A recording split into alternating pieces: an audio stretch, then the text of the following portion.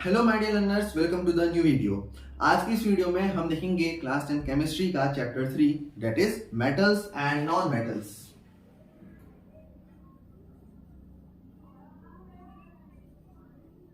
Metals and non metals, ठीक है। एक कंप्लीट वीडियो आपको मेटल्स और नॉन मेटल्स के आज यहाँ पर मिलने वाली है और आपको डिटेल्ड एक्सप्लेनेशन इसका मिलेगा विद बेसिक्स ऑफ क्लास 9। जी हाँ, किसी ने भी आपको इस चैप्टर में बेसिक के साथ नहीं पढ़ाया होगा। मैं सबसे पहले आपको इस चैप्टर में बेसिक्स पढ़ाऊंगा और देन उसके बाद जो है हम इस चैप्टर को आगे लेते हुए चलेंगे अलॉन्ग विद नोट्स आपको यहीं पर प्रोवाइड होते हुए चलेंगे। मैं भी लिखते रहूंगा, आप भी लिखते रहेंगे और इस तरीके से हम एक स्ट्रॉन्ग बॉन्डिंग के थ्रू इस चैप्टर को आगे बढ़ाएंगे।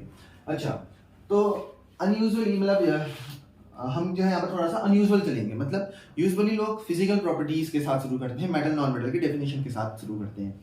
पर अगर मैंने तुमको मेटल और नॉन मेटल की डेफिनेशन दी तो मेटल वो होते हैं, कहूंगा मैं, जो कि इलेक्ट्रॉन को लूज करते हैं और पॉजिटिव आयन बनाते हैं, यानी केटाइन बनाते हैं। तो फिर उसमें उतना मजा नहीं आएगा। पहले हमको ये समझना पड़ेगा केटाइन क्या है, एनाइन क्या है। और ये मैं खुद से नहीं ले रहा हूँ, आपके चैप्टर में ही आगे चल के एक छोटा सा टॉपिक है कि how metals and non metals react. तो वहां पर है कि मेटल पॉजिटिव आयन बनाता है, नॉन मेटल नेगेटिव आयन बनाता है। बट हम ये समझते हुए भी चलेंगे कि मेटल पॉजिटिव आयन क्यों बनाता है, नॉन मेटल नेगेटिव आयन क्यों बनाता है, क्या है इनको जरूरत इस चीज की। तो पहला टॉपिक जो है हमारा चैप्टर का वो है, प्लीज गिव द हेडिंग, या फिर सबसे पहले topics to be covered, topics to be covered इसको ले लेते हैं। पूरा वन शॉट में आपको लेक्चर दूंगा, तो प्लीज बी केयरफुली इसको आपको यहां पर लिखते रहना है। तो पहला गिव द हेडिंग के how metals and non metals react. Metals और नॉन मेटल्स रिएक्ट कैसे करते हैं। देखिए, आपको बस पेशेंस रखना है। आप इस वीडियो के अगर लास्ट तक बने रहेंगे तो ये मेरी गारंटी है कि आपको ये चैप्टर क्या, इसके पीछे का जितना भी बैकलॉग है ना केमिस्ट्री का, वही क्लियर हो जाएगा यार। बस बने रहना वीडियो में। मेटल और नॉन मेटल रिएक्ट कैसे करते हैं, ठीक है। इसी में एक सब टॉपिक में हम ये भी पढ़ेंगे कि मेटल्स को क्या जरूरत है ना रिएक्ट करने की, ठीक है। दूसरा टॉपिक जो है उसमें हम पढ़ेंगे फिजिकल। दूसरा टॉपिक में हम जो है डेफिनेशन देखेंगे। क्या देखेंगे? डेफिनेशंस और डेफिनेशंस और सम इंपोर्टेंट टर्म्स को हम यहां पर कवर करेंगे, ठीक है। तीसरा टॉपिक में हम देखेंगे physical properties of metals and non metals. चौथे टॉपिक में हम देखेंगे केमिकल प्रॉपर्टीज, ठीक है। एक टॉपिक बड़े बड़े लग रहे हैं। एक बड़ा सा जो टॉपिक है आपका इसमें फर्स्ट टॉपिक है और उसके बाद एक फोर्थ टॉपिक है, इसके और एक फिफ्थ टॉपिक है। तीन टॉपिक आपके इसमें मेजर टॉपिक है, बाकी ये छोटे छोटे दो टॉपिक हैं, ठीक है। ये डेफिनेशन वाला तो मैंने अपनी तरफ से इंक्लूड कर दिया है, बुक में भी नहीं है। मतलब छोटे छोटे इंपॉर्टेंट टर्म्स जो बताऊंगा आपको, जो कहीं नहीं बताए जाते हैं। दूसरा है, चौथा है chemical properties of metals and non metals. और एट लास्ट अपना पांचवा पॉइंट आ रहा है और last point, last topic, occurrence of metals and their extraction. Metal कहां अकर होते हैं और कहां पर एक्सट्रैक्ट होते हैं। देखो, वीडियो जो है वो थोड़ी सी लंबी हो सकती है, 2 ढाई 3 घंटे की जितनी की भी रहेगी।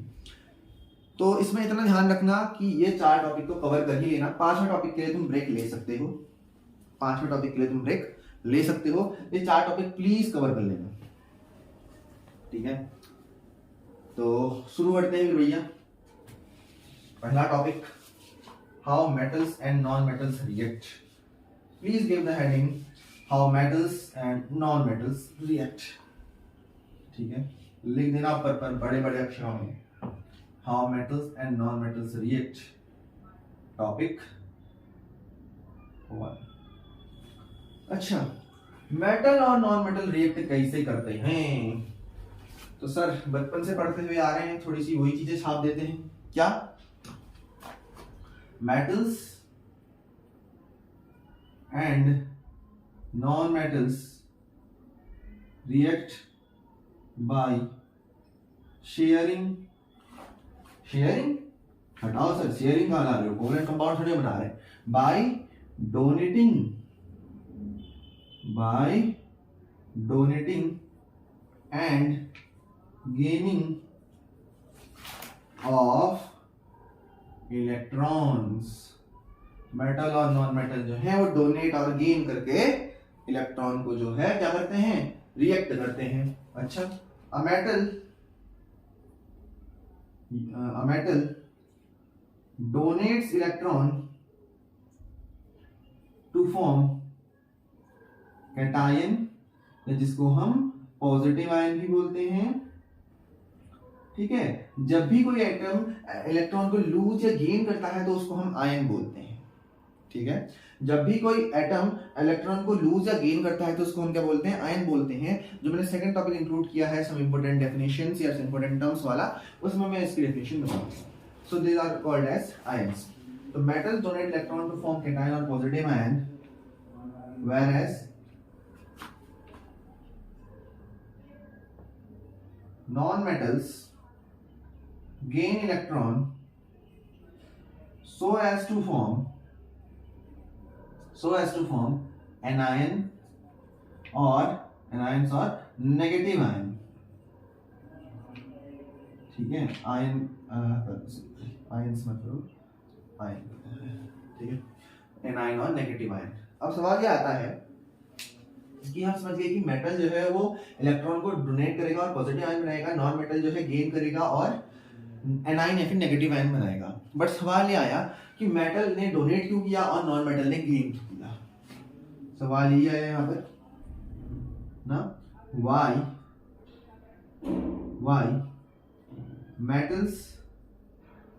metals donate and non-metals gain electrons। ये एक आप क्वेश्चन की फॉर्म में लिखते हो वैसे लिखो, हेडिंग की फॉर्म में लिखते हो वैसे लिखो। क्वेश्चन की फॉर्म में है तो इसका सॉल्यूशन सिंपल सा है कि कोई भी मेटल डोनेट क्यों करता है इलेक्ट्रॉन को और जो नॉन मेटल है वो गेन क्यों करता है इलेक्ट्रॉन को। तो इसका आंसर होगा this is because every atom wants to be stable। हर कोई एटम स्टेबल होना चाहता है, जैसे हम लोग हैं अपनी जिंदगी में सक्षम स्टेबल होना चाहते हैं ना, तो वैसे ही हर एटम स्टेबल होना चाहता है। अब सवाल ये आता है कि स्टेबल क्या है। स्टेबल क्या है, स्टेबल का मतलब ये है कि if any atom has 2 or 8 electrons in its outermost shell हो या फिर valence shell हो, in its outermost or valence shell then it is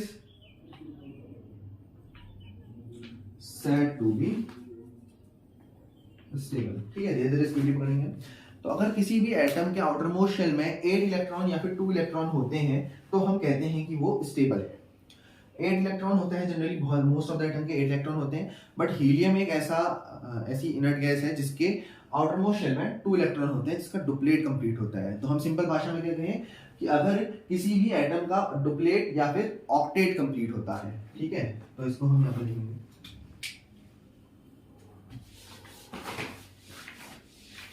मुझे ना तो समझना है कि अगर आउटर मोस्ट शेल में ना समझना है कि अगर आउटर मोस्ट शेल में अगर 2 इलेक्ट्रॉन होंगे तो हम कहेंगे कि उसका डुप्लेट कंप्लीट है,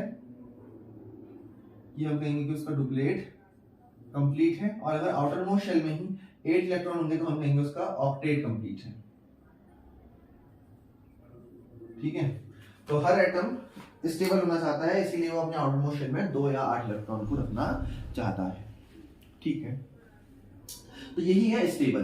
तो मेटल और नॉन मेटल रिएक्ट क्यों करते हैं या फिर मेटल डोनेट क्यों करते हैं इलेक्ट्रॉन और नॉन मेटल गेन क्यों करते हैं इलेक्ट्रॉन, वो इसलिए क्योंकि वो स्टेबल बनना चाहते हैं। वो अपने आउटर मोस्ट शेल में 2 या फिर 8 इलेक्ट्रॉन को जो है रखना चाहते हैं, इसीलिए वो रिएक्ट करते हैं। अच्छा, ठीक हो गया। अभी सवाल ये आता है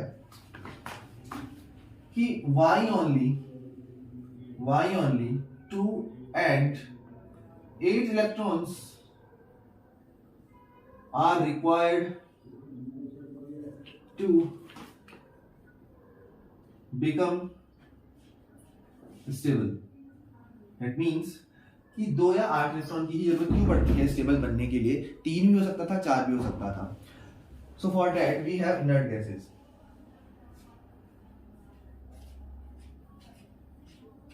At total we have 6 type of inert gases, namely helium, neon, argon, krypton। ठीक है, इसको मिटा देता हूं। Helium, neon, argon, krypton, xenon and radon.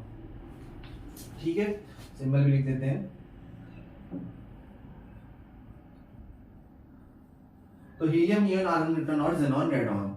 तो हीलियम जो है वो स्टेबल है, नियॉन भी स्टेबल है, आर्गन भी स्टेबल है, क्रिप्टन भी स्टेबल है, xenon भी स्टेबल है और रेडॉन भी स्टेबल है। मतलब सर कहने का मतलब ये कि ये सारी की सारी गैसेस पहले से ही स्टेबल होके आती हैं। ये सारी की सारी गैसेस पहले से ही स्टेबल है। ठीक है, तो पहले से ही स्टेबल है। तो हमने क्या देखा कि इनके आउटर मोस्ट शेल में हीलियम के 2 हैं और बाकी सभी के आउटर मोस्ट शेल में जो है 8 इलेक्ट्रॉन थे। तो इसीलिए हमने यहां से ये कॉन्सेप्ट बना लिया कि अगर कोई भी एटम स्टेबल होना चाहता है तो उसके आउटर मोस्ट शेल में या तो 2 इलेक्ट्रॉन होने चाहिए या फिर 8 इलेक्ट्रॉन होने चाहिए। ऐसा हमने इसलिए किया क्योंकि हमारे पास जितनी भी पहले से ऑलरेडी प्रेजेंट इनर्ट गैसेस थी, यानी कि जो स्टेबल गैसेस थी हमारी, उनके आउटर मोस्ट शेल में जब हमने चेक किया तो या तो 2 इलेक्ट्रॉन मिले या फिर 8 इलेक्ट्रॉन मिले। तो इसीलिए हमने यहां से ये कॉन्सेप्ट को जनरेट किया। ठीक है,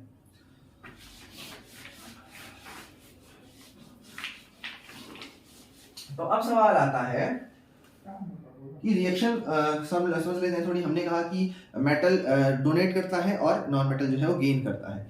तो when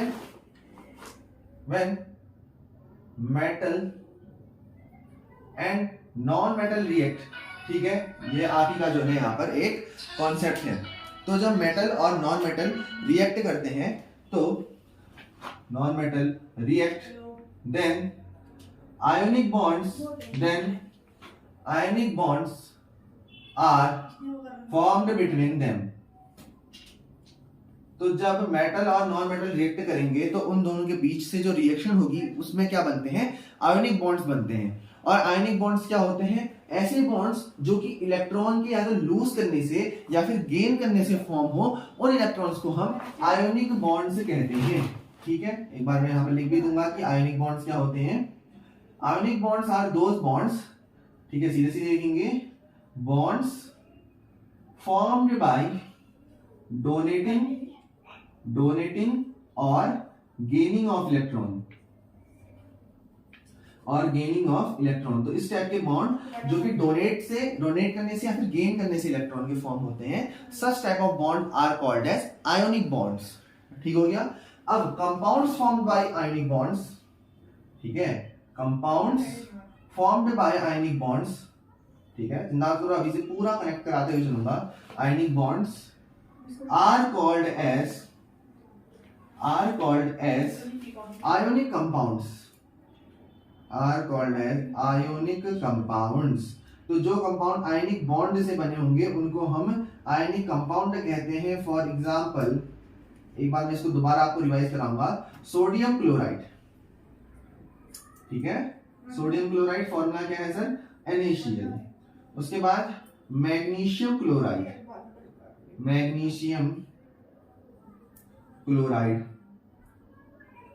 ठीक है, क्या फॉर्मूला होगा? MgCl2। अभी बहुत बच्चों को देखा है, ये कंफ्यूजन रहता है कि सर यहाँ NaCl आया तो यहाँ Cl के आगे 2 क्यों लगा?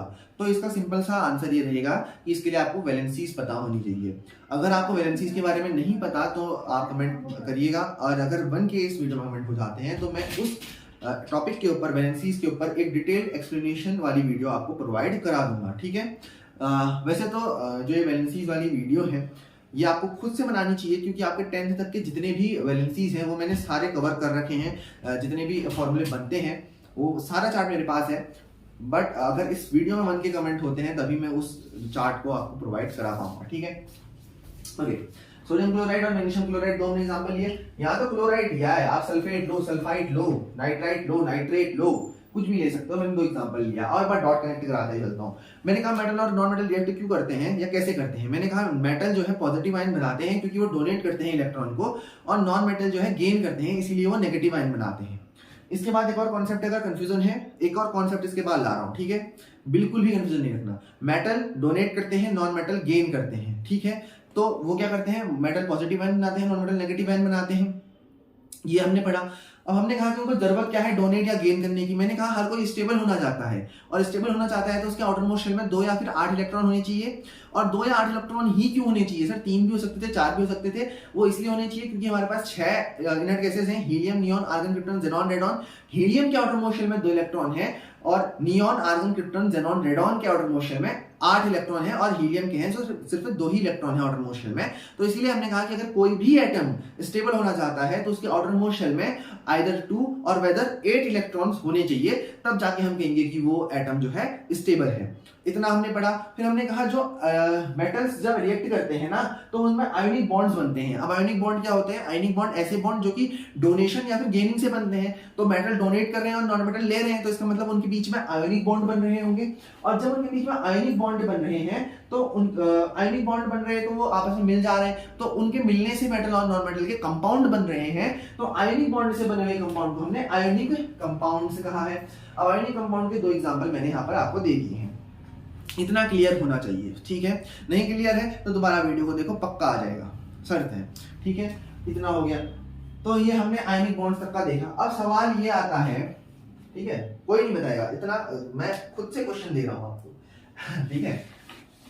अगर आप यहां से चल पढ़ रहे हैं तो आपको डाउट नहीं आना चाहिए, यही हमारा फर्स्ट मोटिव रहता है। सवाल ये आता है कि why metal always donates and non metal always gains electron ना। ये भी तो एक सवाल है कि why metal donates and non-metal always gain electron. Sir वो डोनेट ही क्यों कर रहा है, वो गेन ही क्यों कर रहा है। ऐसा भी तो सकता था कि नॉन मेटल जो है वो अपना इलेक्ट्रॉन दे दे, नॉन मेटल उसको ले ले ना। हमेशा ऐसा ही क्यों हो रहा है। देखो ये क्वेश्चन बिल्कुल भी सिलेबस का नहीं है, ये तो क्लास 9th का है अगर हम देखें तो, अगर आपने प्रॉपरली पढ़ा है तो। बट स्टिल मैं आपको ये बता रहा हूं, तो इसलिए मैं इसमें लिख तो नहीं पाऊंगा। लिखना आपकी जिम्मेदारी है, पहले आप यहाँ से समझिए, और इस क्वेश्चन का आंसर आपको खुद लिखना है, बाकी सारे नोट्स आपको मिलते रहेंगे। तो ऐसा इसलिए होता है ना क्योंकि मेटल जो है, जितना मैं लिख रहा हूँ तुम उतना भी लिख लोगे तुमको ये समझ में आ जाएगा। और ये क्वेश्चन आने तो नहीं आ रहा है एग्जाम में, बट कॉन्सेप्ट तो आना चाहिए। मेटल का जो एटम होता है वो लार्ज होता है, और नॉन मेटल का जो एटम होता है वो स्मॉल होता है।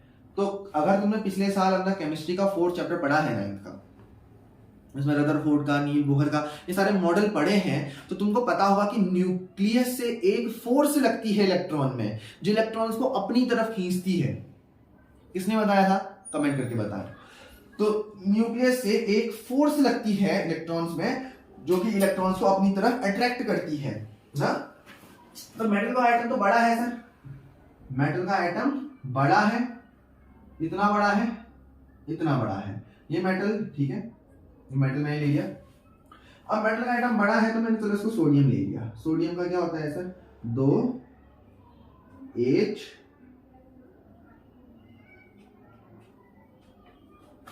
1 2 3 4 5। सर इसके 8 ही क्यों है, अगर ऐसा कंफ्यूजन भी है ये भी बता देता हूँ, ठीक है। सोडियम का जो इलेक्ट्रॉनिक कॉन्फ़िगरेशन है वो होता है 281। इसको इलेक्ट्रॉनिक कॉन्फ़िगरेशन बोलते हैं, कितने शेल में कौन से इलेक्ट्रॉन आएंगे। एटमोस्ट 7 सेल हमारे पास हो सकते हैं। आपके बहुत ये कंफ्यूजन होगा कि सर इस वाले में आपने 2 ही इलेक्ट्रॉन भरे, दूसरे वाले में आपने 8 ही इलेक्ट्रॉन भरे, और तीसरे वाले में आपने 1 ही इलेक्ट्रॉन भरा। ऐसा क्यों, ऐसा इसलिए क्योंकि एक हमारे पास ना बोहर बरी स्कीम है, ठीक है, शॉर्ट में लिख देता हूँ, बोहर बरी स्कीम है। और ये बोहर बरी स्कीम क्या है, 2n स्क्वायर। जहां पर n मतलब है नंबर ऑफ शेल। अब मेरे को पहली शेल के शेल में चाहिए, के शेल स्टार्ट होती है शेल और एटमोस्ट 7 हो सकती है। तो 2 इंटू के शेल कौन सी है, फर्स्ट शेल है, तो 1 का स्क्वायर 1, तो पहली शेल में कितने इलेक्ट्रॉन जाएंगे, 2 ही जाएंगे। पहली शेल में कितने इलेक्ट्रॉन जाएंगे, 2 ही शेल जाएंगे। अब फिर मैंने कहा 2 इंटू n, n मतलब क्या है सर, n मतलब नंबर ऑफ शेल, मेरे को सेकंड शेल में कितने इलेक्ट्रॉन जाएंगे निकालना है, तो 2 का स्क्वायर यानी कि n का स्क्वायर, तो 2 इंटू 2 टू द 4 बराबर 8 इलेक्ट्रॉन दूसरे शेल में जा सकते हैं। तो ये हर एटम के लिए ही इंप्लीमेंट है। कितना बचा, एक ही इलेक्ट्रॉन बचा। देखो सोडियम का जो एटॉमिक नंबर है वो 11 है और पहली शेल में कितने जा सकते हैं, 2, तो 11 में से 2 पहली वाली में भर दिए, कितने बचे, 9। दूसरी शेल में 8 जा सकते हैं, तो 9 में से 8 दूसरी शेल में भर दिए, कितने इलेक्ट्रॉन बचे, 1 इलेक्ट्रॉन बचा। तीसरी शेल में कितना इलेक्ट्रॉन जाएगा सर, जितने भी जाते हो उसके पास तो एक ही बचा है, तो एक ही इलेक्ट्रॉन मैंने तीसरी शेल में भर दिया है। तो सोडियम क्या करेगा, ठीक है, तो अब यहाँ से सोडियम क्या करेगा, सोडियम का देखो बड़ा न्यूक्लियस है, मतलब बड़ा एटम है, तो न्यूक्लियस जो है इसको तो अट्रैक्ट कर लेगा, ये नजदीक है तो फोर्स ज्यादा लगाएगा ना, ये दूर है तो इसमें थोड़ी सी फोर्स कम लगाएगा, लेकिन लगाएगा। बाहर वाले शेल में न्यूक्लियस बहुत ही कम फोर्स लगा पाएगा, इसमें ना ये वाला जो इलेक्ट्रॉन है इसमें बहुत कम फोर्स लगा पाएगा। इसको तुम उस एग्जांपल से समझो कि अगर बच्चा घर से दूर रह रहा है, या बच्चा जो है माँ बाप से अगर दूर है, तो माँ बाप के उस पर जो है उतना जोर नहीं रहता, उस पर उतना काबू नहीं रहता। तो वही है, ये इलेक्ट्रॉन जो है अपने ये न्यूक्लियस से दूर भाग गया है, तो न्यूक्लियस का इसमें फोर्स ज्यादा नहीं रहेगा, तो ये इजीली इसको जो है डोनेट कर सकता है। ये इलेक्ट्रॉन इससे बाहर निकल जाएगा और ये Na से Na पॉजिटिव बन जाएगा, यानी कि ये एक इलेक्ट्रॉन इसका हट जाएगा और इसकी एक शेल पूरी रिमूव हो जाएगी, एक शेल पूरी रिमूव हो जाएगी, क्योंकि इसका बड़ा इलेक्ट्रॉन, बड़ा एटम है सर। और वैसे ही नॉन मेटल का छोटा है एटम, नॉन मेटल का एटम छोटा है, तो भैया उनका न्यूक्लियस उसके इलेक्ट्रॉन को टाइट पकड़े रहेगा, बोलेगा तू कहाँ जाएगा मैं भी देखता हूँ, तो वो छोड़ेगा ही नहीं। तो इसीलिए इसके लिए डोनेट करना आसान है और उसके लिए लेना आसान है, और उसके लिए लेना आसान है, किसके लिए, नॉन मेटल के लिए। इतना क्लियर हो गया ना। तो चलिए आगे बढ़ते हैं, अब देखो हमने आयनिक कंपाउंड भी पढ़ दिए हैं, ठीक है, मैंने आपको बता दिए थे कुछ आयनिक कंपाउंड जो कि आयनिक बॉन्ड जिनके बीच में बनते हैं वो आयनिक कंपाउंड होते हैं। तो अब फॉर्मेशन किस तरीके से होता है आयनिक कंपाउंड का, वो हमें पढ़ना है, ठीक है। उसके बाद हम सेकंड टॉपिक में पढ़ लेंगे। क्या बोलता है अब, formation of ionic compounds. Sir ionic compounds का फॉर्मेशन किस तरीके से किया जाता है, क्या होता है सर। तो आयोनिक कंपाउंड का जो फॉर्मेशन है वो लूजिंग या डोनेटिंग से ही होगा इलेक्ट्रॉन के। अभी तो बड़ा है आयोनिक कंपाउंड, वो कंपाउंड जिनके बीच में आयंस की शेयरिंग होती है ना, और आयंस क्या होते हैं, जो कि किसी इलेक्ट्रॉन के डोनेशन या गेनिंग से बनते हैं। तो आयनिक कंपाउंड कौन से कंपाउंड, वही सर जो आयन से बने हैं, और आयन क्या है, जो डोनेशन या गेनिंग से बनते हैं। तो इसका मतलब आयनिक कंपाउंड की फॉर्मेशन डोनेशन या फिर गेनिंग से होती है इलेक्ट्रॉन की। बस फॉर्मेशन ऑफ आयनिक कंपाउंड पहला हम समझ लेते हैं सोडियम क्लोराइड को, इसको बिल्कुल क्लियर कर लेना। सोडियम क्लोराइड को, इसका नाम है बच्चा NaCl। समझो, मैंने सोडियम को तुमको अब भी समझा दिया, मैंने कहा सोडियम है, ठीक है। इसका इलेक्ट्रॉनिक कॉन्फ़िगरेशन क्या होता है, टोटल एटॉमिक नंबर कितना है, 11 है। सर एटॉमिक नंबर कैसे निकालते हैं, एटॉमिक नंबर तुम पीरियोडिक टेबल के एलिमेंट को याद करो। यहाँ हाइड्रोजन दिखेगा, यहाँ हीलियम दिखेगा, यहाँ हाइड्रोजन दिखेगा, यहाँ ऐसे गिनते हैं, ठीक है। इधर से इधर को गिना जाता है पीरियोडिक टेबल में। तो तुमको फर्स्ट 30 एलिमेंट्स याद होने चाहिए। चलो सोडियम का एटॉमिक नंबर क्या है, पीरियोडिक टेबल के एलिमेंट को याद करो, ठीक है। Hydrogen, helium, lithium, beryllium, boron, carbon, nitrogen, oxygen, fluorine, neon. Sodium कितना, 11 नंबर में आया। तो सोडियम का एटॉमिक नंबर कितना होगा, 11 होगा। तो इसलिए तुमको फर्स्ट 30 एलिमेंट तो याद होने ही चाहिए भैया, ठीक है। तो फर्स्ट 30 एलिमेंट लिख लेना तुम, क्या क्या होते हैं मैं यहाँ लिख ले रहा हूँ। Hydrogen, helium, lithium, beryllium, boron, carbon, nitrogen, oxygen, fluorine, neon, 10 हो गए। Sodium, magnesium, aluminium, silicon, phosphorus, sulphur, chlorine, argon, potassium, calcium, 20 हो गए। स्कैंडियम, टाइटेनियम, वेनेडियम, ठीक है, chromium, manganese, iron, cobalt, nickel, copper, zinc. ये 30 इलेक्ट्रॉन, ये 30 first 30 elements हैं आपके, इनको आपको याद कर लेना है। तो सर सोडियम का एटॉमिक नंबर चाहिए, कौन से नंबर में आ रहा है? 1 2 3 4 5 6 7 8 9 10 11वें नंबर में है, तो इसका एटॉमिक नंबर कितना हुआ? 11। तो सोडियम का एटॉमिक नंबर कितना हो गया? 11। सोडियम का एटॉमिक नंबर कितना हुआ? 11। इलेक्ट्रॉनिक कॉन्फ़िगरेशन क्या होता है? पहले शेल में कितने, दूसरे शेल में कितने, तीसरे शेल में कितने? तो टोटल 7 शेल होते हैं, सोडियम के 3 ही शेल बनते हैं, K L M, क्योंकि उसके बाद इसके इलेक्ट्रॉन खत्म हो जाते हैं। मतलब सर बोहर वाली स्कीम लगाओ 2n स्क्वायर, पहले शेल में 2 इलेक्ट्रॉन चले जाएंगे, ठीक है, ये तुम्हारा काम है, बाकी देखना। 2 चले गए, 9 इलेक्ट्रॉन बचे, बोहर वाली स्कीम लग गई, दूसरे में 8 चले गया, 1 इलेक्ट्रॉन बचा सर, तीसरे में बचा हुआ 1 दे दिया, तो 281 जो है इसका इलेक्ट्रॉनिक कॉन्फ़िगरेशन होगा। ठीक है, पहला बता रहा हूँ बहुत अच्छे से समझ के हुए चलना, इसको हम क्या बोलते हैं? Electronic configuration. Electronic configuration, electronic configuration इसे कहा जाता है। तो जब तुमने ऐसा कर दिया, NaCl में 281 में इसको डिवाइड कर दिया, तो ये क्या करता है? एक लूज करता है, एक लूज करता है ना। छोड़ो, इतना तुमको क्यों समझना है अभी। दूसरा लाओ क्लोरीन। सर क्लोरीन का एटॉमिक नंबर क्या होता है? काउंट करो। Hydrogen, helium, lithium, beryllium, boron, carbon, nitrogen, oxygen, fluorine, neon, sodium, magnesium, aluminium, silicon, phosphorus, sulphur, chlorine, 17वां नंबर है। तो क्लोरीन का एटॉमिक नंबर कितना हुआ? 17 हो गया, एटॉमिक नंबर 17 हो गया। सर इसको भी ऐसे मत लिखो ना, इसको भी आप इलेक्ट्रॉनिक कॉन्फ़िगरेशन की फॉर्म में लिखो, इसमें भी KLM तक जाएगा, कितना? 2 8 7। तो ये क्या है इसका? इलेक्ट्रॉनिक कॉन्फ़िगरेशन, इलेक्ट्रॉनिक कॉन्फ़िगरेशन है, ठीक है। इलेक्ट्रॉन डॉट स्ट्रक्चर भी कहते हैं इसको, बनाने के लिए आ जाता है एग्जाम में, बना देना। तो ये इसका सर अभी हमेशा डोनेट करेगा, ये लेगा, इसको तुम ऐसे भी समझ सकते हो। मैंने तो इसको कहा इसका एटम बड़ा है, इसका एटम छोटा है, और वो सही भी है, ठीक है। तो इसको तुम ऐसे भी समझ सकते हो कि जो है इसका ना 1 इलेक्ट्रॉन है, तो इसके लिए इसको ऑक्टेट कंप्लीट करने के लिए 7 इलेक्ट्रॉन चाहिए। भैया 7 लेने हैं इसको, जस्ट इम्पॉसिबल। 7 इलेक्ट्रॉन कैसे लाएगा यार? उससे अच्छा तो ये 1 डोनेट कर दे, उससे अच्छा तो ये 1 डोनेट कर दे। तो सोडियम का क्या है? वैलेंस शेल में इसका 1 इलेक्ट्रॉन है, ठीक है। दूसरा मैं बात कर रहा हूं क्लोरीन का। सर क्लोरीन के पास 7 इलेक्ट्रॉन हैं, वो 7 को छोड़ दे तो पॉसिबल ही नहीं है। इससे आसान तो क्लोरीन के लिए क्या है? वो 1 ले ले भैया, वो बेचारा कब से ऐसे पड़ा है, उसको 1 दे दो कोई, उससे वो 7 तो छोड़ नहीं सकता हो, लेकिन सोडियम 1 छोड़ सकता है। सोडियम को 7 लेना कठिन है, उसके लिए 7 छोड़ना कठिन है। तो ये क्या करेगा? ये अपना 1 छोड़ देगा, कहेगा अच्छी 7 लाने तक तो 1 दे देता हूँ, वो आसान है, मेरे स्टेबल ही तो बनना है। और ये कहेगा कि भैया मेरे को 7 छोड़ने पड़ेंगे, इससे अच्छा तो मैं कहीं 1 ढूंढते रहता हूँ, कोई तो होगा अच्छा जो मेरे को देगा। और इन दोनों का मेल मिलाप हो जाता है। सोडियम बोलता है मैं तेरे को 1 दे देता हूँ, क्लोरीन बोलता है ठीक है मैं भी तेरे से ले लेता हूँ, ठीक है। तो क्लोरीन को यहाँ पर हमने लिया। क्लोरीन के वैलेंस शेल में कितने इलेक्ट्रॉन है? 7 है सर, ऐसा ना। East north south east west में डिवाइड कर दो, पहले नॉर्थ में डालो 2 इलेक्ट्रॉन, फिर साउथ में डालो 2 इलेक्ट्रॉन, ठीक है। इसको ऐसे रिप्रेजेंट करते हैं, थोड़ा सा अलग रखेगा ना, थोड़ा सा अलग रहेगा। कितने हुए? 4 इलेक्ट्रॉन, ठीक है। वैसे जनरली ऐसे ही लिखा जाता है, मैं तुमको एक नॉर्थ साउथ में भले ही मोकिंगली बोल रहा हूँ, बट ठीक है। 6 इलेक्ट्रॉन हो गए, 1 इलेक्ट्रॉन और दे दो। सोडियम क्या करेगा? सोडियम कहेगा इससे तू भैया मेरा 1 इलेक्ट्रॉन ले जा, तू भैया मेरा 1 इलेक्ट्रॉन ले जा। और ये क्या बन जाएगा? ये बन जाएगा सर Na का पॉजिटिव, हाँ कि ना?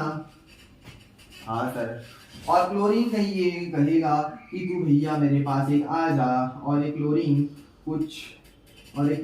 कुछ ऐसा बन जाएगा, 1 2 3 4 5 6 7 तो है, एक और आ गया सर 8। तो ये बोलेगा कि मैंने तो 1 ले लिया, अब मैं नेगेटिव बन गया। अब ये नेगेटिव क्यों बना?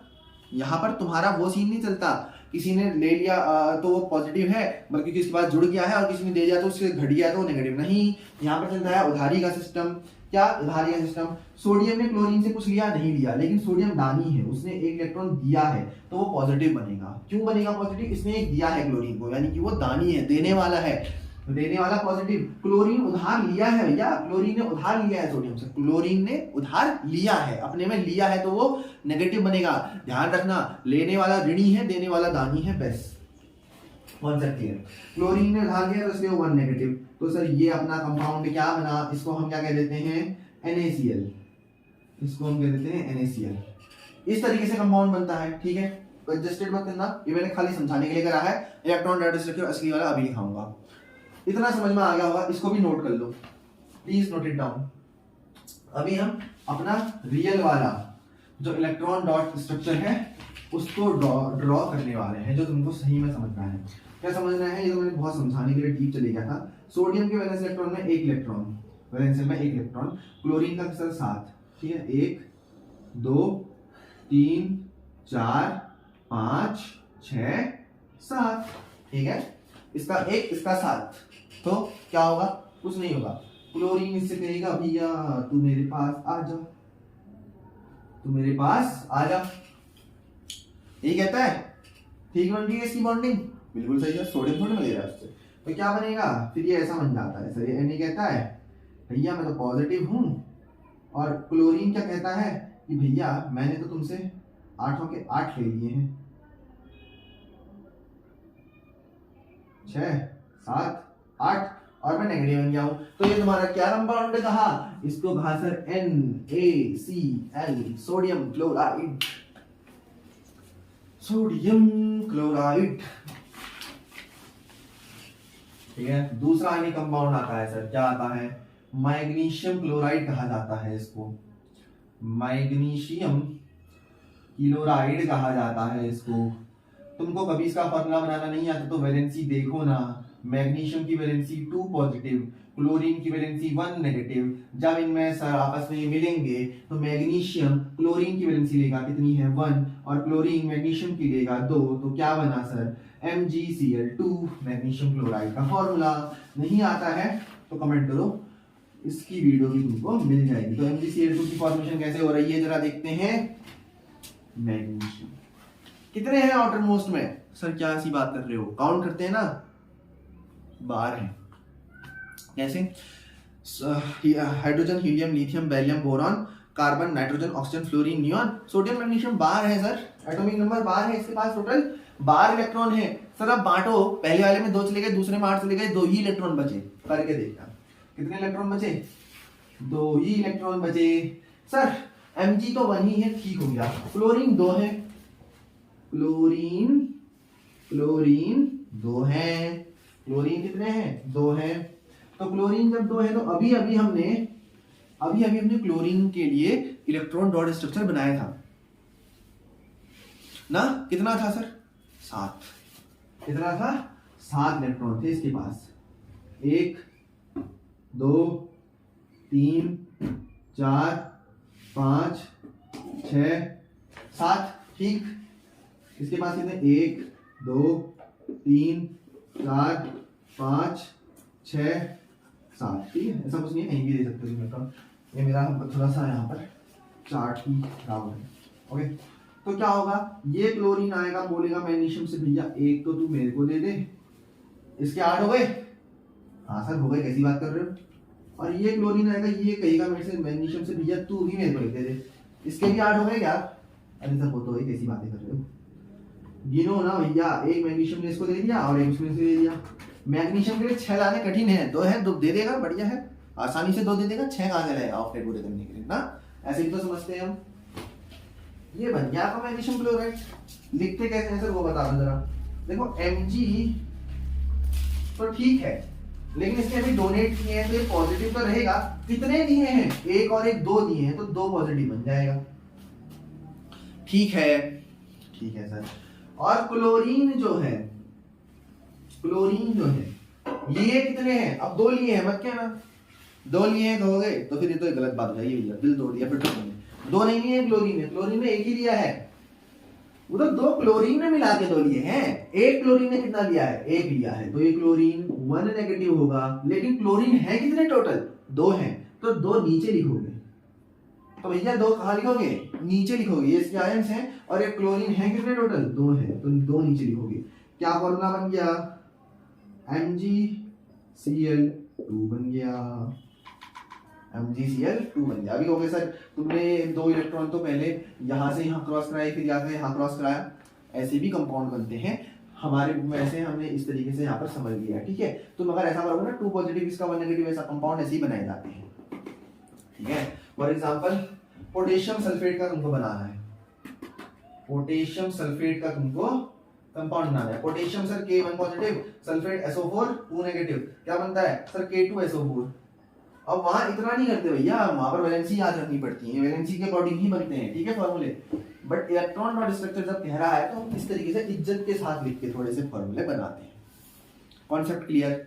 मैग्नीशियम क्लोराइड, सर सब क्लोराइड क्लोराइड हो रहा है, कुछ इंटरेस्टिंग सा अब और एक और करा दो बढ़िया ना, कुछ इंटरेस्टिंग सा करा दो। चलो एक और करा देते हैं आपकी ही कहने पे, ठीक है। तो मैं क्या करता हूं, पोटेशियम ऑक्साइड बना देता हूं, पोटेशियम ऑक्साइड बना देता हूं सर। K2O बनता है शायद, बनता होगा सर, ठीक है। पोटेशियम बताओ भैया कितने इलेक्ट्रॉन होते हैं इसके,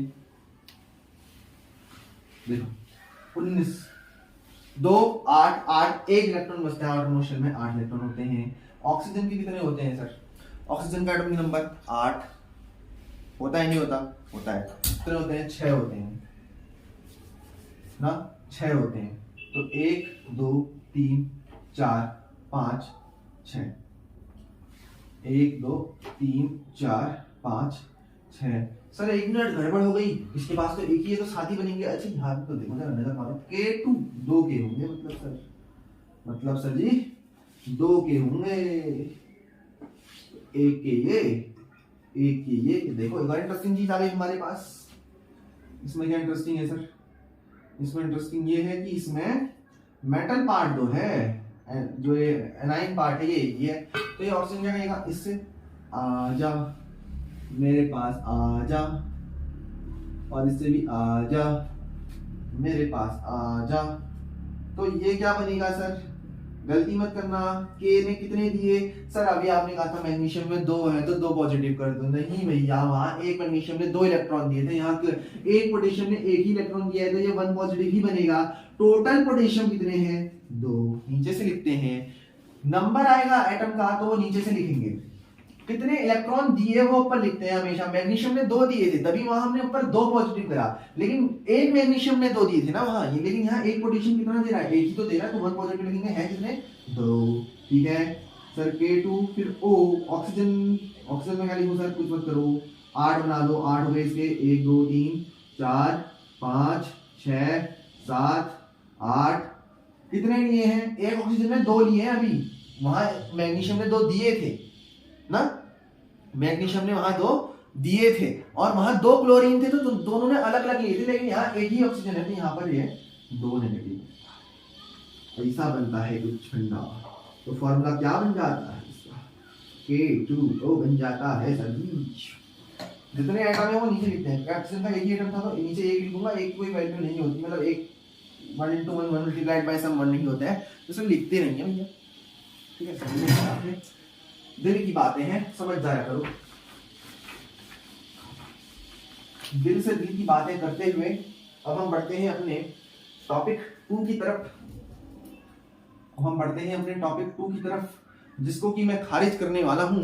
क्योंकि मैं खारिज क्यों करने वाला हूं सर, मैंने तुमको आयोनिक बॉन्ड की डेफिनेशन लिखा दी कि नहीं, अरे सर लिखा तो दी, जो डोनेशन में गेनिंग से बनते हैं इलेक्ट्रॉन तो आयोनिक बॉन्ड्स होते हैं, कितनी बार लिखोगे, लिखा दी, बिल्कुल सर। और क्या इंपॉर्टेंट डेफिनेशन हो सकती है सर, सर और ये हो सकता है कि आयन क्या होते हैं, आयन क्या होते हैं।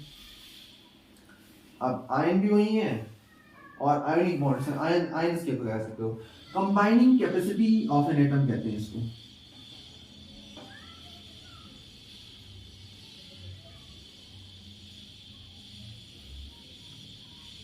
ठीक है, एक एटम कितने क्या कैपेसिटी है उसके कंबाइन होने की, 2 पॉजिटिव की है, 3 पॉजिटिव की है, समझ रहे हो ना, बात को समझ रहे हो ना, तो उसको combining capacity of an atom कहते हैं, ठीक है। अगर इसकी डेफिनेशन को भी समझाने बैठा तो फिर बहुत टाइम लग जाएगा, ठीक है। कंबाइन होने की कैपेसिटी मतलब वो उसके साथ कितने एटम कंबाइन हो रहे हैं, उसकी क्या कैपेसिटी है, चलो अब समझा ही देते हैं आगे हैं। मतलब देखो, इस ऑक्सीजन की इसके साथ कंबाइन होने की कैपेसिटी क्या है, वो इसका आयन रिप्रेजेंट कर रहा है, बस इतना सा समझ लो। आयनिक बॉन्ड हो गए सर, आयन आपने हमको बता दिया। और इंपॉर्टेंट टर्म डेफिनेशन क्या आता है इसमें, आओ फिर अब तुम डेफिनेशन लिख रहे हो तो टॉपिक तो मैं तुमको हेडिंग डालनी है डेफिनेशंस। अब एंड इधर उधर की डेफिनेशंस को तो नहीं लिखाऊंगा क्योंकि लिखा दिए हैं, इतने इंपॉर्टेंट है। अब हम डेफिनेशन में बढ़ते हैं अपने मेन टॉपिक की जो कि है मेटल्स। वैसे मैंने इसकी डेफिनेशन भी लिखा दी है ना। क्या a metal is one, a metal is one which loses electron and forms positive ion or cation। और नॉन मेटल क्या, सॉरी नॉन मेटल, हाँ नॉन मेटल क्या, a non metal is one which loses electron. चलो यार हिमालय लिख ही देते हैं ना, सीधे लिखता हूं which loses electron and forms anion और नेगेटिव आयन। ठीक हो गया, बिल्कुल सर। जब इतना कंप्लीट है कभी तो इसके बाद मेटलॉइड को भी समझ लो, मेटलॉइड्स को भी समझ लो। सर मेटलॉइड्स क्या होते हैं? मेटलॉइड्स वो होते हैं, these are the mixtures of metals and non metals, क्योंकि आगे आने वाला है फिर तुम वहां बताओ कि सर ऐसा क्यों हुआ, ऐसा क्या हुआ, ऐसा क्यों हुआ, कैसे हुआ, क्या हो गया। ठीक है, तो मेटलॉइड्स क्या है? मिक्सचर है मेटल्स और नॉन मेटल्स के। ठीक है, I hope everything is going well. ठीक, ओके सर, आपने डेफिनेशन भी यहाँ पर हमको क्लियर कट समझा दी है, बता दी है। और कुछ डेफिनेशन इस टॉपिक में आती है या बहुत इंपॉर्टेंट सी नहीं सर? बाकी केमिस्ट्री है, नोट्स भी बना रहे हैं, नोट्स में सारी डेफिनेशन लिखेंगे। अच्छा, तो चैप्टर स्टार्ट करते हैं। सर चैप्टर तो पहले ही स्टार्ट हो गया था, क्या देखो पहले जो चैप्टर था वो मेटल और नॉन मेटल किस तरीके से रिएक्ट होते हैं, तुम्हारे बुक में उसको एक टॉपिक बनाया गया है, लेकिन मेरे हिसाब से जो चैप्टर है वो अभी से शुरू हो रहा है और बहुत सही लेवल से जो है वो शुरू हो रहा है। मेरा चैप्टर अभी से शुरू हो रहा है तो डाल लो ऊपर से, थोड़ा समझने में आसानी होगी कि जो चैप्टर है वो यहाँ से स्टार्ट हो गया है। तो at present today we have, ठीक है, एट प्रेजेंट हमारे पास क्या है सर? 118 एलिमेंट्स है। एट प्रेजेंट हमारे पास जो है वो 118 एलिमेंट्स हैं। तो इन 118 एलिमेंट्स में से, अच्छा कुछ बुक्स ऐसी है ना, जैसे एसचंद अगर आप देखेंगे 115 दिया है, मे बी रिकॉर्ड थोड़ा सा पुराना हो। ठीक है, एट प्रेजेंट हमारे पास 118 एलिमेंट्स हैं, क्योंकि एसचंद जो है वो पब्लिशिंग कब से 2006-7-8 से हो रही है, तो थोड़ा सा ना रिप्रिंटिंग एडिशन में दो एट प्रेजेंट 118 एलिमेंट है बस। तो 118 एलिमेंट्स को ना on the basis of their physical and chemical property,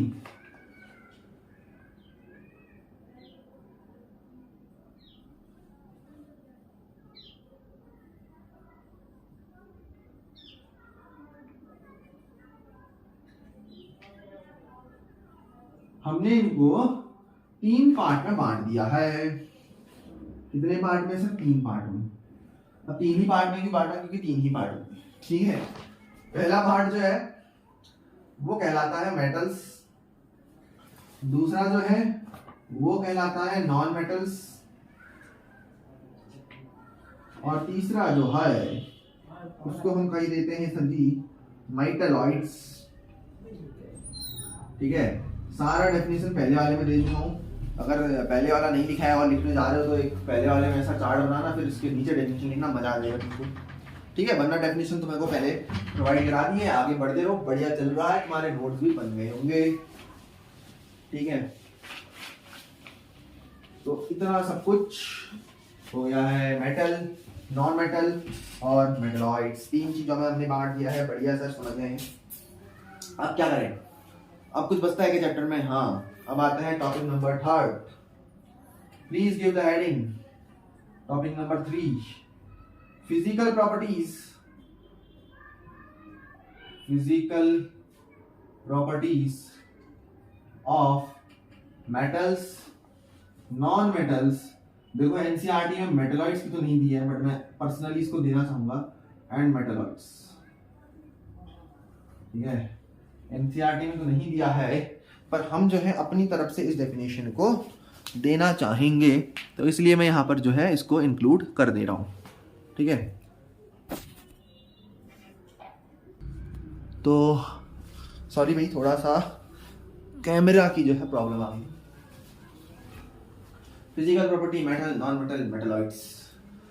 तो पहले हम मेटल और नॉन मेटल की समझते हैं इन अ कंपैरिजन फॉर्म, मेटल और नॉन मेटल, ठीक है। मैं ये नहीं जानता कि तुम्हारी एनसीईआरटी में कितनी प्रॉपर्टी दी है, मैं हमेशा से 10 से 11 प्रॉपर्टी लिखाते आया हूँ, ठीक है। तुमको भी कुछ 8-10 लिखा देंगे, शॉर्ट में लिखाऊंगा बहुत ही, ठीक है। कोई फायदा नहीं होता, हमको लगता है ना ऐसा ऐसा सर थोड़ा सा डीप हम जाएंगे, तो डीप वीप सारा मैंने यहाँ पर इंक्लूड करा है, जितना जरूरत है, जितना जरूरत नहीं है उसको खाली इंक्लूड क्यों करें सर, ठीक है। तो सीरियल नंबर देखो, बहुत जगह क्या है बुक्स में तुमको डेंसिटीज वगैरह दी हैं, उन सब चीज़ों की आई डोंट थिंक कि बहुत ज़्यादा ज़रूरत है। हाँ, थोड़ा सा नॉलेज तुमको होना चाहिए कि इसकी डेंसिटी इतनी ज़्यादा है, उसकी डेंसिटी इतनी कम है, तो इन सब चीज़ों का ध्यान रखेंगे। बाकी सीरियल नंबर से शुरू करते हैं सर, 1 2 3 4 5 6 7 8 9 10 ही लिखाते हैं, 10 बहुत होगी, 3 भर गया भैया चार्ट, 10 ही लिखते हैं। तो देखो बहुत क्लियर बताता हूँ, तुम नॉन मेटल का कॉपी में सिर्फ इतना सा हिस्सा रखना, कितना, इतना सा। क्यों मैं ऐसा बोल रहा हूँ, मत लिखना नॉन मेटल की प्रॉपर्टी, मत लिखना, टाइम वेस्ट मत करना। सिंपल बता रहा हूँ, कोई भी बच्चा है वो बना लेगा इसको यार। अगर तुम नॉन मेटल भी रट रहे हो तो फिर वो अच्छी बात नहीं है, तुमको सिर्फ मेटल की प्रॉपर्टी रटनी है, याद करनी है। इनकेस रटने की जरूरत क्या है, जब हम साथ में हैं तो ठीक है, अभी याद हो जाएगी। मेटल की प्रॉपर्टी याद कर लो, नॉन मेटल की प्रॉपर्टी जस्ट उसकी अपोजिट, एग्जैक्टली अपोजिट यार, एग्जैक्टली अपोजिट। बस थोड़ा बहुत कुछ कुछ प्रॉपर्टीज में डिफरेंस होगा, वो मैं तुमको बता दूंगा, ठीक है। तो मेटल्स, मेटल जो होते हैं डक्टाइल ना, a metal is a substance that is malleable and ductile। पहला मेटल जो है डक्टाइल होता है, तो नॉन मेटल जो है, नॉन मेटल जो है डक्टाइल नहीं होता है, नॉन मेटल डक्टाइल नहीं होता है। और जो चीज डक्टाइल नहीं होती है उसको हम ब्रिटिल कहते हैं, ठीक है। ब्रिटिल का मतलब ऐसी कोई भी चीज जिसको आप हैमरिंग करने पे चूर चूर हो जाए, उसको ब्रिटिल कहते हैं। मेटल्स आर डक्टाइल, पहला प्रॉपर्टी सर चमक गया होगा। दूसरा, मेटल्स आर मेलिएबल, मेलिएबल मतलब can be beaten into thin sheets, और ये क्या होंगे, ये नॉन मेलिएबल होंगे। ये क्या होंगे सर जी, ये नॉन मेलिएबल होंगे। कैसी बात कर रहे हो, इनको आप छोटी छोटी शीट्स में कन्वर्ट नहीं कर सकते हो, तो वो कौन है, वो है सर आपके नॉन मेटल, जो कि नॉन मेलिएबल है। तीसरी प्रॉपर्टी में आते हैं, पहला डक्टाइल, दूसरा मेलिएबल, तीसरा क्या sir, metals are good electrolytes कह सकते हो, या फिर सिंपल लिखो, दिखाओ सर, मेटल्स कंडक्ट इलेक्ट्रिसिटी, ठीक है। लिख रहे हो नॉन मेटल भी लिखते रहो, non metal do not conduct electricity. अगर तुमको नोट्स को पढ़ते वक्त कंफ्यूजन होती है तो एक साइड मेटल लिख दो, दूसरे पेज में नॉन मेटल लिख दो, अगर जगह नहीं भी छोटी है तो। मेटल, नॉन मेटल जो है डू नॉट कंडक्ट इलेक्ट्रिसिटी। चौथा पॉइंट क्या होगा सर, इतना तो बहुत कॉमन था, इतने तो बहुत कॉमन थे, आपने बातें करी हैं पूरे 10 पॉइंट की, 10 पॉइंट, तो कोई दिक्कत नहीं है, अभी लिख लेते हैं। Metals have high density, metals have high density, non metals have low density. अच्छा अच्छा अच्छा अच्छा अच्छा अच्छा, नॉन मेटल में जहां पर तुमने लिखा है ना डू नॉट कंडक्ट इलेक्ट्रिसिटी, इस वाले में, ठीक है, इस वाले पॉइंट में, यहां पर नॉन मेटल में एक एक्सेप्शन घुसेड़ देना, एक्सेप्शन घुसेड़ देना। अगले चैप्टर में पढ़ोगे ग्रेफाइट, ये जो ससुरा है ना, ये इलेक्ट्रिसिटी को कंडक्ट करता है क्योंकि इसके पास फ्री इलेक्ट्रॉन होते हैं। फ्री इलेक्ट्रॉन क्या है सर, अरे मेटल के पास कंडक्ट इलेक्ट्रिसिटी किस लिए करते हैं, क्योंकि फ्री इलेक्ट्रॉन है। फ्री इलेक्ट्रॉन क्या होते हैं, न्यूक्लियस पकड़ नहीं पाता ना इलेक्ट्रॉन को, जैसे सोडियम में कहा था बच्चा दूर भाग गया था, उसका पकड़ ही नहीं पाया भैया, बहुत दूर था वो, तो इसलिए वो कंडक्ट नहीं करता, वो नॉन मेटल कंडक्ट नहीं करते इलेक्ट्रिसिटी, ठीक है। इनकी हाई डेंसिटी नहीं, लो डेंसिटी, थोड़ा बहुत एक्सेप्शन आयोडीन वगैरह का है, ठीक है, छोड़ दो उसको। जनरली लिख देना, हर पॉइंट के आगे जनरली जरूर लगाना, हर पॉइंट के आगे जनरली जरूर लगाना। तो मेटल्स क्या है, मेटल्स क्या है, solid at room temperature, solid at room temperature. Sir इसमें जरा एक एक्सेप्शन घुसेड़ दो, और इसका एक्सेप्शन क्या है बताऊं, इसका एक्सेप्शन है मर्क्यूरी। मर्क्यूरी इसको लिखते हैं भैया Hg से, इस कैपिटल एच और स्मॉल जी। ठीक है, तुमने शायद ये नोट कर लिए होंगे, मेरे यहाँ मेरे लिए जगह नहीं बची है तो मैं इसको इरेज करते हुए भी चल रहा हूँ। ठीक है, ध्यान में रखते हुए चलना कि ये मेटल है और इस ससुर का नाती नॉन मेटल, कौन मेटल है, ये नॉन मेटल है। ठीक है, तो इतने तो सर हो ही गए हैं। मेटल जो है वो सॉलिड है रूम टेम्परेचर के, और नॉन मेटल में लिखना, हाँ नॉन मेटल में लिखना कि non metal can be solid, liquid और gas at room temperature. Sir तीन ही तो होते हैं, सॉलिड लिक्विड गैस तीन ही होते हैं क्या? नहीं सर, 5 पढ़े थे, प्लाज्मा और बॉस आइंस्टीन कंडेंसेट पिछले साल पढ़े हैं 9th में। चलो नहीं आते तो 3 तो याद रखो, सॉलिड लिक्विड गैस। तो नॉन मेटल जो है सॉलिड भी हो सकता है, लिक्विड भी हो सकता है, गैस भी हो सकता है, बस ठीक है, इतना ही होता है, 2 व 3 बिना जो बताए हैं। अब इसमें क्या है, इसमें सर आपको एक चीज आनी चाहिए, ठीक है, कि only non metal liquid at room temperature. ये बहुत पूछता है यार, ये बहुत पूछता है। नीचे पर नोट डाल के लिख दो, ठीक है, नीचे पर नोट डाल के लिख दो। छठवां पॉइंट बताना है ना, इसके बाद तुमको लो छठवां पॉइंट बताना है, लो छठवां पॉइंट बताना है इसके बाद। ठीक है, नीचे पर तुम एक बार नोट डाल के लिख दो, क्या लिखेंगे, the only non metal liquid at room temperature is bromine बोलो, तुम्हारी मर्जी, बिहार से करते हैं। ब्राउन कलर का होता है, बड़ा घातक सा लिक्विड होता है, बहुत ज्यादा डिस्ट्रॉयर भी कहते हैं। मिस्टर इंडियन हैकर ने इस पे एक वीडियो भी बना रखी है, चाहो तो जाके देख लो, प्रमोशन नहीं कर रहा हूँ। ठीक है, इतना हो गया। तो छठवां पॉइंट क्या होगा सर? अब छठवें पॉइंट में आप फंस गए, नहीं फंसे भैया, आओ देखते हैं। मेटल्स जो होते हैं वो सोनोरस होते हैं, मतलब create a sound on beating.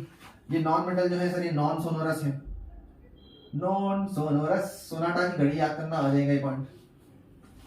सातवां पॉइंट क्या लिख सकते हो सर? Metal form cations. अरे वाह, क्या पलटी मारी है, छोटा सा पॉइंट। और नॉन मेटल फॉर्म एनाइंस। ठीक है, मतलब तुम 10 पॉइंट लिख लोगे, सोच लो। अगर 10 आंसर तो मत करना, 10 के 10 याद नहीं हो रहे तो मत करना, 6-7 ही कर लो, ये बढ़िया है तुम्हारा। 8वां पॉइंट भी लिख दो सर। मेटल्स जो होते हैं जनरली ग्रे कोट होता है, ग्रे कोट कहो या फिर ग्रे कलर के होते हैं। और नॉन मेटल जो होते हैं वो can be of any colour. उसके बाद क्या लिखोगे सर? अब तो आप फंस गए हो, नहीं फंसेंगे। क्या लिखेंगे? बहुत पॉइंट है हमारे पास, पॉइंट लिखते देंगे। अच्छा, मेटल में क्या है? मेटल के पास हाई टेंसाइल स्ट्रेंथ होती है। क्या होती है? हाई टेंसाइल स्ट्रेंथ, मतलब काफी ज्यादा मजबूत होते हैं, इसलिए जो पुल बनाने में है इन्हीं का यूज करते हैं सर। नॉन मेटल बेचारे बड़े कमजोर होते हैं और generally have low tensile strength. इसमें जरा सा एक्सेप्शन लिख देना, एक ससुरा डायमंड है, नॉन मेटल तो हाई पर बहुत मजबूत होता है, और इतना मजबूत होता है कि सबसे मजबूत यही होता है पृथ्वी में पाए जाने वाले चीजों में से। ठीक है, एक्सेप्शन भी है। और देखो ना, नॉन मेटल लो टेंसाइल के, डायमंड एक हाई टेंसाइल स्ट्रेंथ का, और इतना मजबूत है कि मेटल तो छोड़ो, दुनिया का सबसे हाईएस्ट नोन सब्सटेंस डायमंड ही है। 10th पॉइंट क्या लिखोगे सर जी? ये तो तुम फंस गए हो। अरे देखो, अभी लिख देते हैं। मेटल के पास जो है high melting point and boiling point, short में लिख देते हैं MP एंड VP। तुम मत मारना वरना टीचर तुम्हारा शॉर्ट मार देगा, तुम पूरा लिखना। और नॉन मेटल जो है उनके पास जरा सा लो MP एंड लो VP होता है। ठीक है, ब्लड प्रेशर और वगैरह वगैरह जो है कम होता है, ऐसा मत समझना। ठीक है, मेल्टिंग पॉइंट और बॉइलिंग पॉइंट है, ब्लड प्रेशर मत समझ लेना इसको। तो ये प्रॉपर्टीज थी नॉन मेटल और मेटल की। अब क्या लिखोगे? अब क्या करोगे? अब कुछ नहीं हो गया, अब कुछ नहीं हो गया। अच्छा सर, आप कहते कि आप मेटालॉइड के लिए बताओगे। देखो अगर तुमने मेरा इलेक्ट्रिसिटी वाला लेक्चर देखा होगा जो कि YouTube में अवेलेबल है, तो तुमको वहां भी मैंने ये मेटलॉइड का लिखा है, आई थिंक, ठीक है। बहुत जल्दी से सेमीकंडक्टर जो है उसे दिया था, ठीक है। मेटलॉइड जो होते हैं मिक्सचर होते हैं मेटल और नॉन मेटल के। तो अगर तुम इनका टेम्परेचर इंक्रीज करोगे, अगर तुम टेम्परेचर को इंक्रीज करोगे तो इनकी कंडक्टिविटी बढ़ जाती है, तो कंडक्टिविटी भी बढ़ जाती है। इक्वेशन नंबर 1 यानी कि पॉइंट नंबर 1 तुम्हारे लिए। मेटलॉइड का टेम्परेचर इंक्रीज करने में उनकी कंडक्टिविटी भी बढ़ जाती है, ठीक है। दूसरा पॉइंट, दूसरी इक्वेशन, दूसरा पॉइंट तुम्हारे लिए, sometimes behave like metal and some time ice non metal की तरह ये बिहेव करते हैं। क्यों करते हैं? अरे दोनों से मिलके बने यार, कैसी बातें करते हो। और तीसरा क्या, their conductivity can further be increased, their conductivity can further be increased by chemical treatment. Chemical treatment. So please say which has the equation number 3. नहीं पूछेगा एग्जाम में वैसे जनरली, बट पता होना चाहिए। क्यों पता होना चाहिए सर, जब पूछ नहीं रहा है तो भैया कोई क्वेश्चन पूछेगा, छापो आपके आ जाओ, टीचर खुश हो जाएगा, बढ़िया, बच्चे को बहुत अच्छा नॉलेज है, एनसीईआरटी में नहीं किया है फिर भी पढ़ के आया है ना। यूट्यूब में एक चैनल है एजुकेशनल टॉप फाउंडेशन के नाम से, वहां से पढ़ के आया है, तो फुल मार्क्स मिलता हूँ, क्या पता ऐसा हो, सोच ले। तो ये तीसरा टॉपिक था जो हमारा क्षणिक कुछ पलों में ही पूरा हो गया है, और अब हम जो बात कर रहे हैं वो टॉपिक नंबर 4 की कर रहे हैं। टॉपिक नंबर 4 क्या है सर? टॉपिक नंबर 4 सर कुछ तो आपने नाम दिया था, कुछ नहीं सर, केमिकल प्रॉपर्टी। इसके बाद लास्ट टॉपिक आ रहा है, और आई एम श्योर कि मैंने बहुत से लेक्चरों से तो बहुत कम समय में इसको तुमको कंप्लीट कराया होगा, बट यहाँ पर मैं बहुत अच्छे से टाइम दूंगा क्योंकि ये एक बड़ा अच्छा टॉपिक है। अब क्या है, chemical properties of metals and non metals. देखो मेटलॉइड की भी केमिकल प्रॉपर्टी होती है क्या? अरे केमिकल ट्रीटमेंट से तुम उनकी कंडक्टिविटी को बढ़ा सकते हो, तुमको लिखा दिया यार मैंने, वो अब यहाँ नहीं लिखाना चाह रहा, ठीक है। तो chemical properties of metals and non metals ही करते हैं। चलो metals, non metals and metalloids दोबारा लिख दो, क्या होगा सर उससे फायदा? अरे दोबारा दो बार नजर पड़ेगी नोट्स में, तो तुम कहोगे वाह हमने तो दो बार लिखा है, हमने तो ये द्वि बार लिखा है, तो ये तो बहुत बढ़िया तरीके से जो है हमें क्लियर हो गया है, ठीक है। तो अब जो है हम जरा आगे को बढ़ते हैं, जरा पानी पी लें।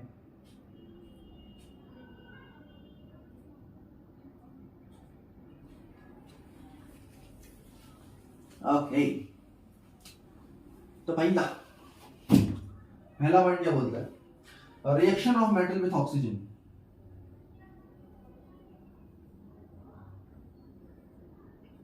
Reaction of metal with oxygen, तो सिंपल लिखो सर, ज्यादा लिखने की जरूरत नहीं है। Metal plus oxygen metal oxide बनाते हैं।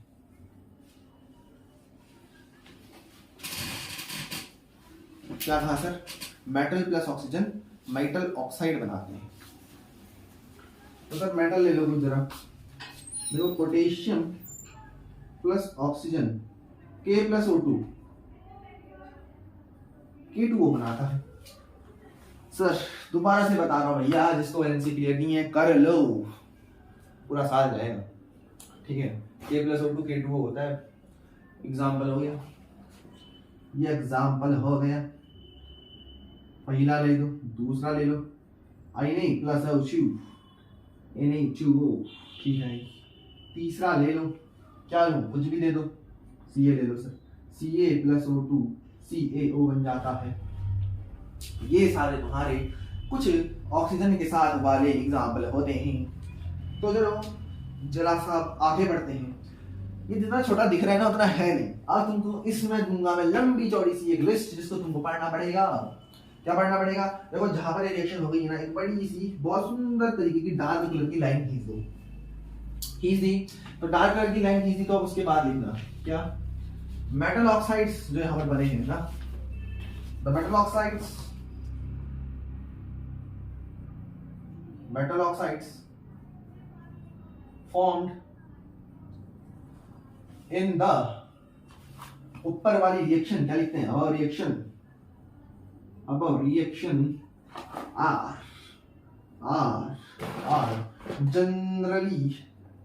Are generally basic in nature, basic हो गया सर, बेसिक कर लेते हैं, are generally basic in nature, तो नेचर। मेटल ऑक्साइड जो ऊपर बने हैं ना रिएक्शन में, ये बेसिक होते हैं नेचर में, बेसिक होते हैं मतलब, और dissolving in water they form hydro oxide और OH नेगेटिव आयन, लिख लो, ठीक है। तो सम, उसके बाद दूसरा पॉइंट बना के लिखना कि some metal oxides are soluble in नीर मतलब क्या होता है, जल, वाटर। तो कुछ मेटल ऑक्साइड जो है वो वाटर में सॉल्युबल है, ठीक है। तो अब समझो, विचार में होने अल्काली में तुमको इसी पॉइंट में इंक्लूड करके लिखा देता, पर तुमको डेफिनेशन बहुत से बच्चों को समझ में नहीं आ रही है, तो मैं बहुत सिंपल लैंग्वेज यहाँ पर लिखा रहा हूँ स्टैंड वाली, ठीक है। कुछ मेटल ऑक्साइड जो है वो सॉल्युबल होते हैं वाटर में ना, एंड वाटर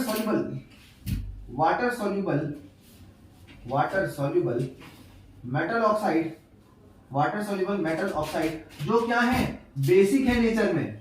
चलो बेसिक इन नटूरे आर कॉल्ड, तुम बताओ, मैंने कहा बेसिक जो मेटल ऑक्साइड है कुछ वाटर में सॉल्युबल है, और जो बेसिक है नेचर में, मेटल ऑक्साइड बेसिक है नेचर में और वाटर में सॉल्युबल हो जा रहे हैं, यानी कि मेटल ऑक्साइड क्या है, बेस है, और बेस वाटर में सॉल्युबल हो जा रहे हैं। Water soluble base are called as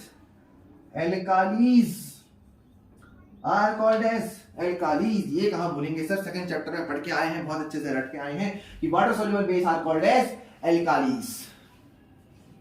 बस इतना ही तो है, और क्या है, इतना ही तो है, जो है यही है, ठीक है। कि वाटर सॉल्युबल मेटल ऑक्साइड्स और which are basic in nature are called as alkalis. But तुमने इतना लिख दिया, तो इसको जरा मिटा देते हैं हम, तो अब क्या लिखने वाले हो सर, आप बहुत अच्छी चीज लिखने वाला हूं, एक्सेप्शन लिखने वाला हूं, जो कि केमिस्ट्री का सर्वप्रथम नियम है, एक्सेप्शन। 11वीं केमिस्ट्री में तो फिर पढ़ोगे एक्सेप्शन, यहां तो बहुत कम है। केमिस्ट्री का सर्वप्रथम नियम कि केमिस्ट्री कभी भी 100% एक्यूरेट नहीं मिलेगी, वहां पर तुमको थ्योरी से ज्यादा एक्सेप्शन देखने को मिलेगी। एक्सेप्शन क्या होगा यहाँ पर कि ऑल द अच्छा सुनो ये water soluble metal oxides are basic in nature are called alkalis लिखा है ना, उसके बाद तुम एग्जांपल लिखो, लिखो एग्जांपल, फॉर एग्जांपल नहीं, तो इससे भी पहले एक और पॉइंट लिखाता हूँ। Water soluble metal oxide are alkalis कहा, ठीक है। तो अब लिखो फिर metal oxide dissolve in water to form metal hydroxide, ठीक है। ऐसे मत लिखो, कैसे लिखो, ऐसे लिखो, मेटल ऑक्साइड कि जब तुम रिएक्शन कराओगे पानी के साथ, तो वो क्या बनाता है, वो बनाता है मेटल हाइड्रो ऑक्साइड।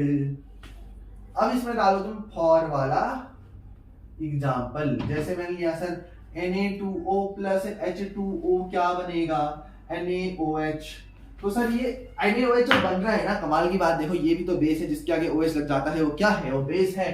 क्योंकि हमने पढ़ा है कि किसी भी सॉल्ट के दो पेरेंट्स होते हैं, एक पॉजिटिव पार्ट और एक नेगेटिव पार्ट की तरह। देखो यहाँ Na और OH दो चीजें बन रही है, और सिंपल सर K2O बना दो प्लस H2O बना दो, KOH बन जाएगा, ठीक है। मेटल पार्ट लिख देना, OH लगा देना, तुम्हारी ये सारी रिएक्शंस बन जाएंगी और तुम्हारी जिंदगी जो है वो धन्य और सफल हो जाएगी।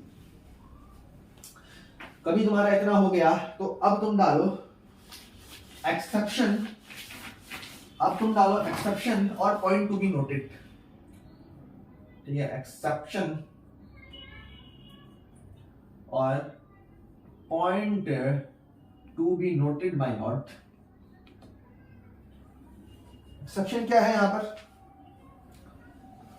कि all the metal oxides are not basic in nature. सारे के सारे जो मेटल के ऑक्साइड हैं वो बेसिक नहीं होते हैं नेचर में। सम ऑफ देम आर,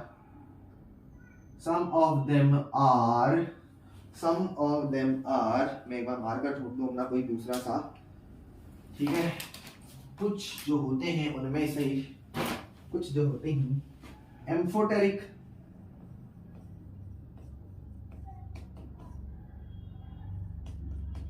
ऑक्साइड्स या फिर amphoteric in nature. Some of them are amphoteric oxides और एम्फोटेरिक इन नटूरे,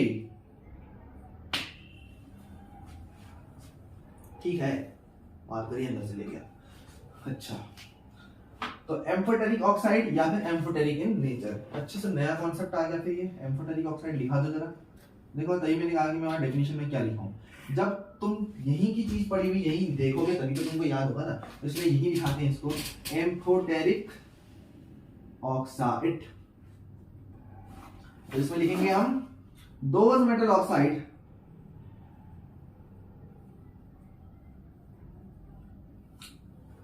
अच्छा सर, यहां पर आपने एम्फोटेरिक ऑक्साइड तक का तो बिल्कुल बता दिया हमको ना, जो कि जो है बिल्कुल सही है, बिल्कुल सही है। तो बेसिक इन नेचर ठीक हो गया। सम मेटल ऑक्साइड्स या फिर एम्फोटेरिक ऑक्साइड भी कह सकते हैं, दोज मेटल ऑक्साइड्स which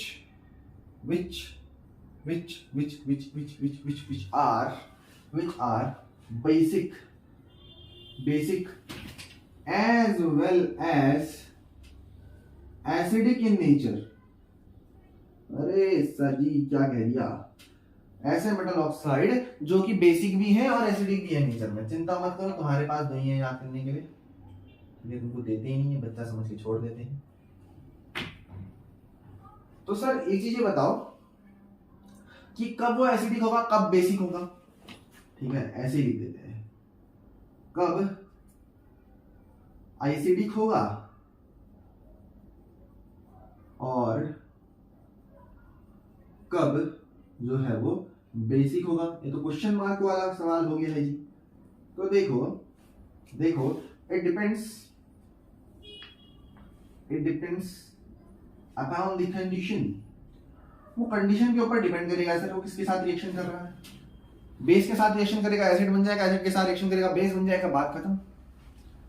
लिख लो, एसिड के साथ रिएक्शन करेगा बेस बन जाएगा, बेस का काम करेगा, और बेस के साथ रिएक्शन करेगा तो एसिड का काम करेगा, ठीक है। तो एम्फोटेरिक ऑक्साइड जो कि सॉल्युबल, जो कि एसिडिक भी होते हैं और बेसिक भी होते हैं नेचर में, उनको हम जरासा कहते हैं। तो एम्फोटेरिक ऑक्साइड क्या है भैया, दो ही टाइप के हैं सर जी, दो ही टाइप के हैं। कौन कौन से हैं सर? दो टाइप के हैं। पहला तो जो है वो है जिंक ऑक्साइड, क्या है, जिंक ऑक्साइड, और दूसरा जो है वो है aluminium oxide. Aluminium oxide formula लिख दें क्या सर? Zn2O या ZnO2, अरे सर ZnO होता है, ठीक है। और एल्यूमिनियम ऑक्साइड का Al2O3 होता है। वैलेंसी याद कर लो ये, जिनको अभी भी दिक्कत है।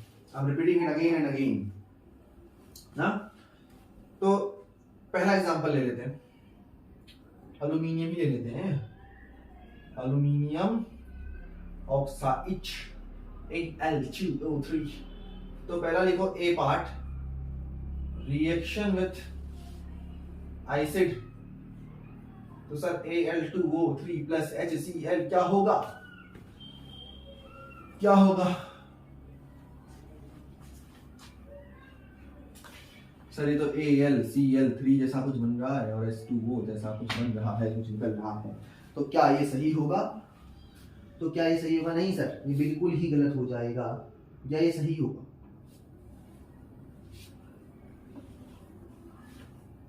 लगाओ दिमाग। तो देखो अब तुमको ये कुछ समझ गया होगा, ये डबल डिस्प्लेसमेंट रिएक्शन है सर। तो बिल्कुल ही सही कंपाउंड आपने बनाए हैं। जरा बैलेंसिंग का काम भी कर देते तो बढ़िया हो जाता। ये 2 है तो ये भी 2 कर देते। कुछ हुआ का नहीं हुआ। देखो बैलेंसिंग के लिए एक बढ़िया मेथड है एबीसीडी मेथड। एबीसीडी मेथड कभी सीखी तो कमेंट कर देना, तुमको वीडियो चैनल में मिल जाएगी। एबीसीडी मेथड क्या है सर? बहुत इंटरेस्टिंग मेथड है यार, बहुत प्यारी मेथड है। अच्छा सर ये एल 2 हुए तो सीएल 3 दूनी 6 हो गए, तो यहाँ भी 6 लगा दो सर, बढ़िया वाला ये लगा दिया। अब एच 6 हो गए, यहाँ तो 2 ही है सर, 3 2 जा 6 हो जाएगा, ठीक है। तो 6 6 हो गया, सीएल 6 हो गया सर, सीएल भी 3 2 जा 6 हो गया। एल 2 है सर, 2 हो गया। और ओ कितना है सर? ओ 3 है। अरे बिल्कुल सर बैलेंस हो गई। ये रिएक्शन कैसी बातें करते हो? तो रिएक्शन विद एसिड कंप्लीट हुआ, तो कभी तुमको ये चमक गया तो बात खत्म हुई। तो रिएक्शन विद एसिड जो है यहाँ पर कंप्लीट हो गया है। अगली चीज बी वाला, रिएक्शन विथ बेस, यहां पर कैसा बिहेव करेगा?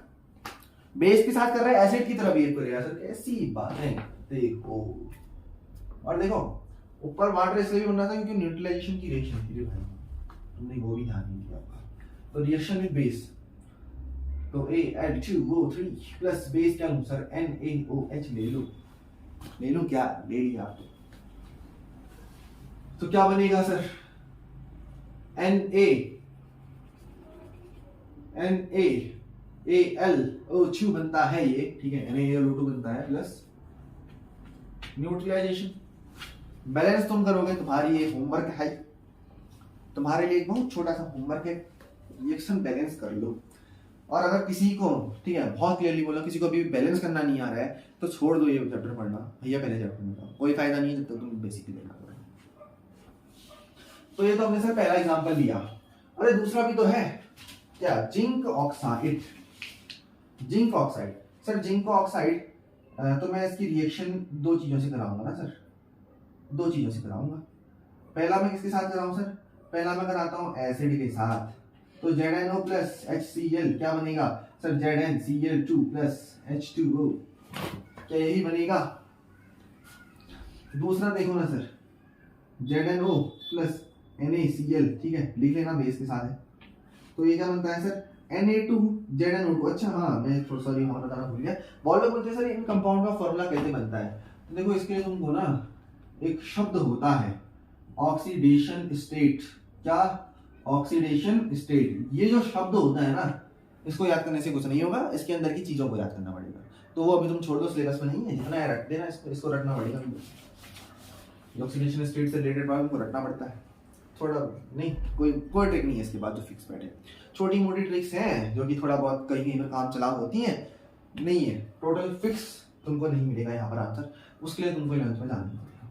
तो Na2ZnO2 प्लस देखो सर NaOH के साथ कराई होगी ना सर, ये गलती कर देते हो आप, नमक के साथ रिएक्शन करा रहे हो, बताओ। Na2ZnO2 बन गया, बस चमक क्या होगा इतना? तो भैया जल्दी से इसको तुम नोट कर लो, तो तुम जल्दी से नोट्स को नोट कर लो। अब तुमको नई चीजें बताते हैं थोड़ी सी, क्या रिएक्टिविटी का ऑर्डर है सर, एक छोटा सा रिएक्टिविटी का ऑर्डर है, एक छोटा सा, ठीक है। चलो थोड़ा सा ब्रेक ले लेते हैं हम भी, और आप भी थोड़ा सा ब्रेक ले लो। कोशिश तो यही थी कि इस चौथे पॉइंट के बाद तुमको बताया जाए, बट थोड़ा सा लंबा खिंच जाता है, तो थोड़ा सा नैप लेते हैं और देन उसके बाद हम वीडियो शूट दोबारा करेंगे। और आप भी अभी ब्रेक ले लो, और बस या तो कल आना वीडियो देखने या फिर थोड़ी देर बाद। तो फ्रेंड्स आज की इस वीडियो में हम इस लेक्चर को पार्ट 1 में और पार्ट 2 में डिवाइड कर लेते हैं। आज की इस वीडियो में हम इतना ही पढ़ते हैं। पार्ट 2 जो है उसमें भी आपको डिटेल नोट्स और एक्सप्लेनेशन के साथ मिलता हूँ नई वीडियो के साथ। तब तक के लिए गुड बाय, टेक केयर।